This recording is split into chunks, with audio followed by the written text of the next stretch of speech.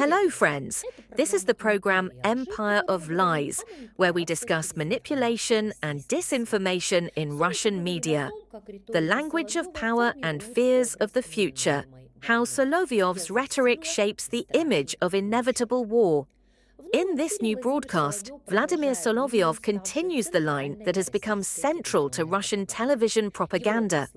Europe is weak, NATO is confused, Russia is technically and morally superior, and war with the West is inevitable and practically predetermined. The narrative is simple but extremely dangerous. It replaces analysis of the international situation with preparing the population to believe that a large-scale conflict is normal and necessary. This narrative is important not only for what it tells viewers in Russia, but also for the worldview the Russian government itself is guided by, creating an information environment where escalation seems a logical step. Absolute superiority, the technical myth as a political tool. It all begins with descriptions of Russian missiles allegedly surpassing Western ones, not only in speed, but also in maneuverability, modernization indices, and even the absence of names, which is presented as a sign of continuous technological development.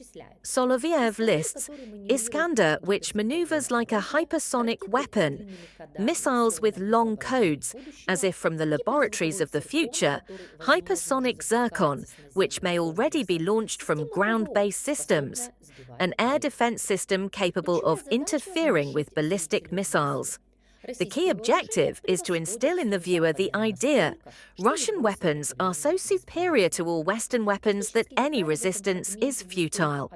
The technical details in this fragment do not so much explain as they hypnotize. This is rhetoric of intimidation, not analysis. 2. Europe as a weak link, the image of NATO stuck in the past. Solovyev then moves on to a description of European armies, and here the rhetorical device becomes crystal clear. Europe is portrayed as weak to the point of caricature. German soldiers with painted faces and Christmas tree-like clothing, exercises that are stuck in the 1920s. Plans, according to the presenter, meaningless. Predictions of the last summer of peace. Unpreparedness for war, lack of defense against tactical nuclear weapons.